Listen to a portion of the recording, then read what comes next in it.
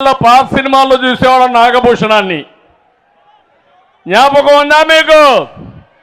తడిగుడ్డతో గొంతులు కోసేవాడు.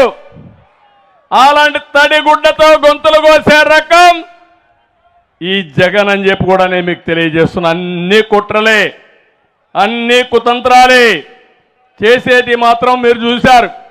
బాబాయ్ ఏమైంది? బాబాయ్ ఊ కిల్డ్ బాబాయ్. ఎన్ని డ్రామాలు జరిగాయి బాబాయ్ దీంట్లో. ఇప్పటికి కూడా అసలు వాళ్ళు అరెస్ట్ అయ్యారా అని నేను అడుగుతున్నా. అసలు వాళ్ళు అరెస్ట్ కారు. కడాన మీరు చూస్తే ఆయన కూతురు, ముఖ్యమంత్రి చెల్లెలు, ఆవిడ మీదనే కేసులు పెట్టారు. సిబిఐ పైనే కేసులు పెట్టే పరిస్థితికి వచ్చారు. ఏమనాలి వీళ్ళని అడుగుతున్నా అంటే అడిగే వాళ్ళు లేరు. ఏం చెప్పినా నమ్మతారు. దౌర్జన్యం చేయాలని చేసే పరిస్థితికి వచ్చారు. నిన్నే చూశారు కోడి కత్తి సీను. ఏం తమ్ముళ్ళు ఆ కోడి కత్తి సీను ఏమయ్యాడు? ఇప్పుడు ఎన్నేళ్ళయింది? 5 సంవత్సరాలు. ఒక దళిత వ్యక్తి ముఖ్యమంత్రి ఆ రోజు చెప్పాడు, నేనేదో లైట్గా పొడిస్తే ముఖ్యమంత్రి అవుతాడని. ఆయన లైట్గా పొడిచానని ఆయన చెప్తే, కాదు నన్ను హత్యా ప్రయత్నం కోసం వచ్చాడని మన మీద నేరం వేయాలని ప్రయత్నం చేసి పాపం ఆ కోడికత్తి సీను జైల్లోనే ఉండిపోయే పరిస్థితికి వచ్చాడు. అంటే ఎలాంటి ప్రమాదకరమైన వ్యక్తో మీరు గుర్తుపెట్టుకోవాలి. ఒక వ్యక్తి యొక్క ప్రవర్తన ఏ విధంగా ఉంటుందో ఇలాంటి వాళ్ళని చూస్తే మనకు అర్థమవుతుందని చెప్పి కూడా నేను మీకు తెలియజేస్తున్నా. ఇంకో పక్క మీరు చూడండి, అందరం మనం ఆలోచిస్తాం, మన చెల్లెలకు కూడా వాటా ఇస్తామా లేదా? ఆస్తిలో అందరికీ హక్కు ఇస్తామా లేదా? ఆస్తిలో సమాన హక్కు తెచ్చినటువంటి వ్యక్తి ఎవరు? ఎవరు? ఎన్టీ రామారావు గారు మొట్టమొదటిసారిగా మగబిడ్డ ఆడబిడ్డ సమానమే, ఆస్తిలో ఇద్దరికి సమాన హక్కు ఇవ్వాలని చట్టం తెచ్చిన ఒక మహానాయకుడు ఎన్టీ రామారావు గారని చెప్పి నేను మీకు తెలియజేస్తున్నా. కనీసం ఆస్తిలో హక్కు కూడా ఇచ్చే పరిస్థితిలో లేడు. మొన్నటి వరకు మీరు చూశారు ఏ విధంగా మాట్లాడారో. ఆవిడైతే మొత్తం జగనన్న బాణం.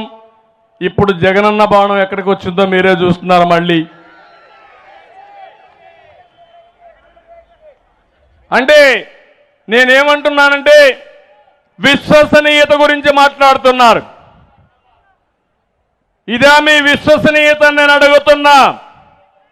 ఇంకో మాట చెప్పాడు, మద్యపాన నిషేధం చేయకపోతే ఓట్లు అడగనని చెప్పాడా లేదా? చేశాడా అని మిమ్మల్ని అడుగుతున్నా. 36,000 కోట్ల రూపాయలు తాకట్టు పెట్టి డబ్బులు తెచ్చాడా లేదా? ఇప్పుడు ఓటు అడిగే హక్కు ఆయనకు ఉందా అని అడుగుతున్నా. లేదు అంటే గట్టి చెప్పండి, ఓటు అడిగే హక్కు లేదని. అంటే కథలన్నీ చెప్పి తాగుబోతుల బలహీనత అడ్డం పెట్టుకుని ఇంకా ఎక్కువ తాగిచ్చాలని 36,000 కోట్ల రూపాయలు అప్పు తెచ్చి నాకు విశ్వసనీయత ఉందని మాట్లాడే వ్యక్తుల్ని ఏమనాలి నాకైతే అర్థం కావడం లేదు. ప్రతి ఏటా జాబ్ క్యాలెండర్.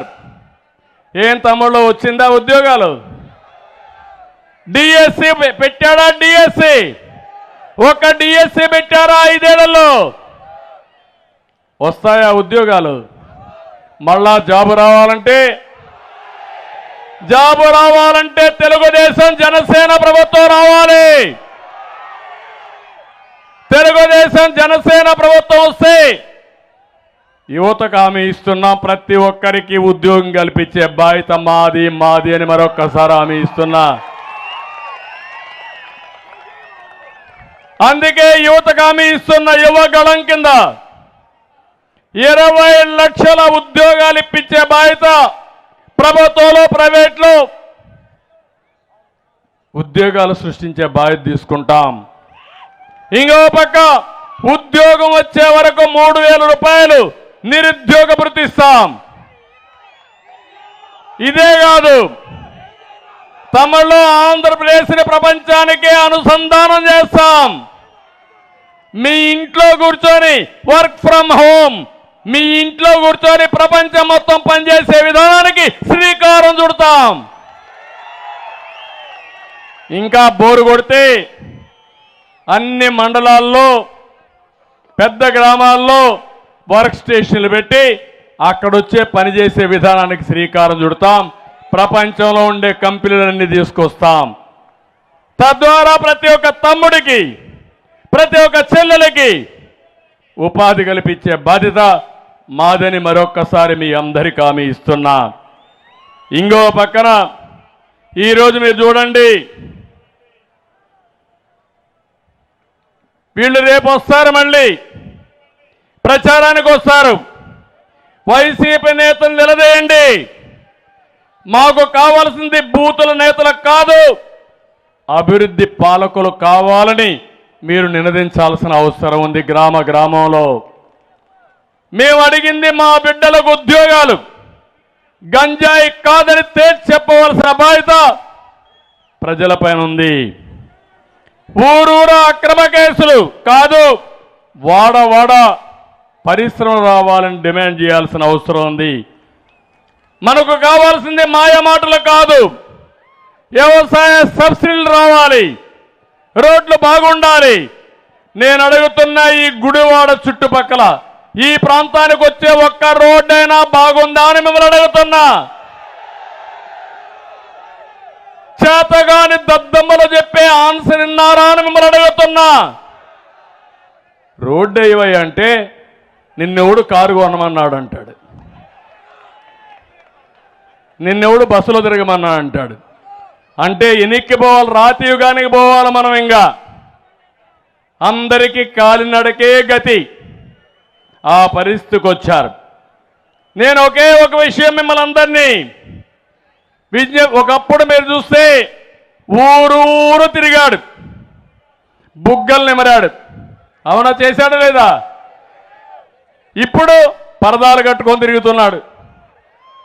ఎక్కడన్నా తిరిగే ధైర్యం ఉందా అని అడుగుతున్నా. తప్పు చేసిన వాడు తడబడతాడు, ధైర్యంగా తప్పు చేయనోడు ఎవరికీ భయపడడం లేదు. అదే మనం చేసే పనిని మరొక్కసారి మీ అందరికీ తెలియజేస్తున్నా. ధైర్యంగా చేసిన పనులు చెప్పే ధైర్యం ఉండే పార్టీలు తెలుగుదేశం, జనసేన. తప్పులు చేసి భయపడిపోయి పిరికితనంతో ఎక్కడికక్కడ పరదాలు పట్టుకొని తిరిగే పార్టీలు ఈ రెండు. అందుకని మీరు ఒకే విషయం గుర్తుపెట్టుకోవాలి, 5 సంవత్సరాలు ప్రభుత్వం ఇచ్చిన జీవోలు కూడా బయట రాకుండా దాచిపెట్టుకున్నారు.